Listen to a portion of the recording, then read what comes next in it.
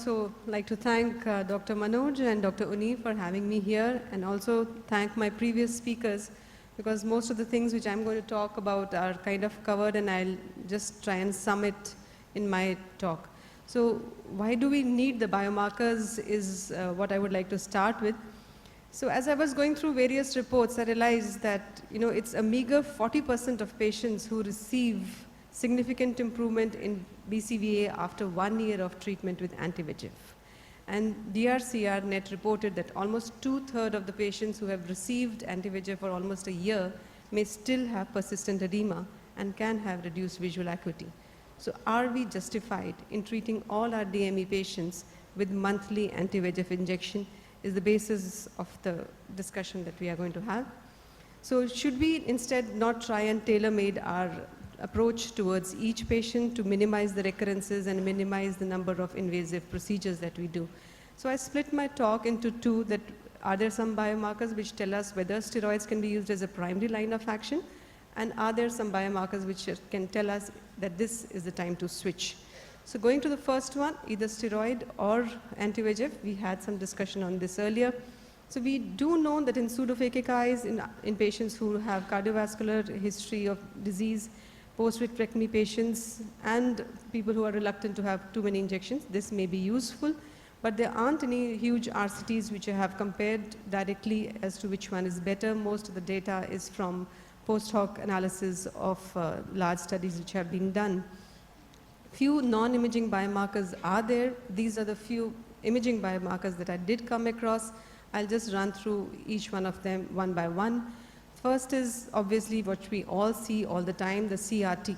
But this has not been shown to be relevant or predictive of final BCVA, because paradoxically some patients with large CRT may have very poor vision and vice versa. But then definitely, statistically, it makes them look good, because larger the CRT, more will be your proportionate decrease, and they will improve your statistical results. Also, the flip side, to look at the fairer side to it, that if you have a larger CRT to begin with, you may think of DEXA to start with, or a steroid to start with, to give you a rapid response. So here could be one option where you could start with a steroid, and then, so this was shown by the Bevodex study also, which showed that the Ozurdex had a much rapid decrease in CRT. The second one is presence of hard exudates. This probably works very well for me in the clinic. The moment I see this kind of a fundus picture, mentally I'm prepared to see that this could be resistant to anti-VEGF. So this is what is seen in the OCT also, subsequent serial injections, and we don't see too much of response. Type of edema, the diffuse, the cystic, and the neurosensory detachment. We know the neurosensory detachment has more inflammatory component to it, and this could be one of the types of edema which could respond better to systemic steroids, to intravitreal steroids. In fact, there's a paper which they have discussed that presence and absence of SND could actually be two different diseases altogether, where the presence of SND would mean that there could be an associated damage to ELM, or the external limited membrane, which allows this kind of extensive blood-retinal barrier causing the CND to happen. In the RISE and RIDE study, they had anti-VEGF also showing a good response in patients with SND. But another study quoted that the response to SND in patients with SND, 86% could respond better to steroid, vis-a-vis 50% to anti-VEGF. Another, we had a lot of discussion on hyperreflective dots, and we have seen that could be the size can matter, the number can matter, the location can matter. So I'm not going to details of it, other than if they are closer to the ELZ, you would probably think more in terms of an aggressive treatment. And there are studies which have shown that dexamethasone could be a better alternative. Intraretinal cysts, again, we had this discussion. So I think not only the size, the presence of optical density ratio, as Dr. Mahesh wanted to discuss, and Dr. Avinash also responded to that. For me, I think the important thing is the presence of these cysts, and if they are so big that they are pressing upon the photoreceptors and causing an ELZ destruction, I would rather go in for a quick responding drug, which is the DEXA, rather than an anti-VEGF, so that I could maintain the foveal contour quickly. Choroidal biomarkers, we had a very good talk in the beginning of the session by Dr. Munna, who did mention that choroid is the important thing now. And again, in patients with SND, we have one common factor which did come ahead is that the choroidal thickness is generally more, which probably may be a VEGF-driven process, which drives the choroidal thickness as well. So a thicker choroid could respond better to a steroid vis-a-vis a thinner choroid. Same thing probably for the CVI as well, which will show you the luminal area and not only the stroma as well as the luminal area as is shown by a complete choroidal thickness. One interesting biomarker which has not been discussed so far is the fundus autofluorescence. So most of the cases, which I think mostly the cystoid kind of macular edema, shows increased fundus autofluorescence.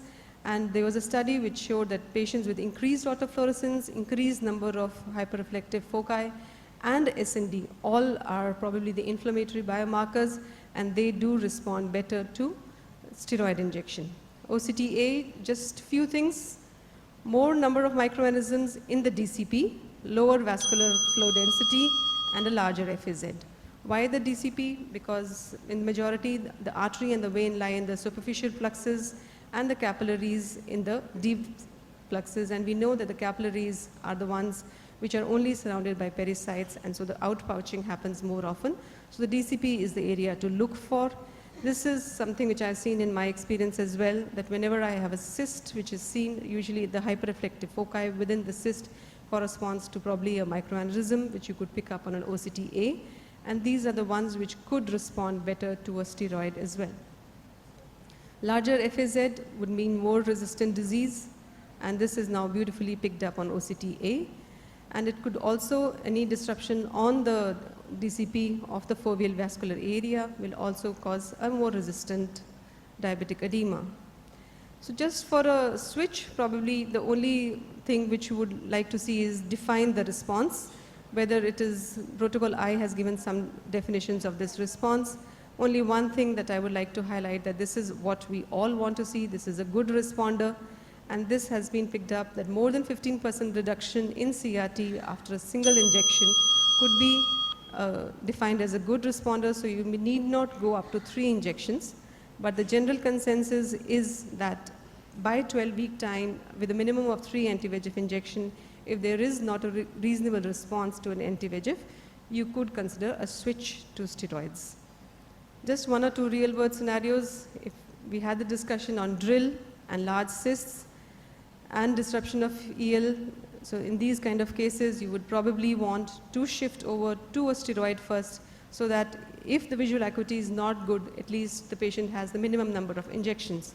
This one particular patient, there's a mixed scenario. You see an SND as well as cystic spaces. So the intravitreal injection has reduced the SND, but the cystic space remains. So is this a responder or a non-responder? Another example, SND before injection, but the SND has come down, the cystic spaces have increased. So is this a responder or is it a non-responder? Real world scenario, no response after bevacizumab, after steroid a good response, but again the change happens with pan-retinal photocoagulation, and after cataract surgery, we are back to square one. So it is a dynamic multifactorial problem. One single biomarker or imaging marker may not give us all the answers. We need to look at the whole patient. Thank you.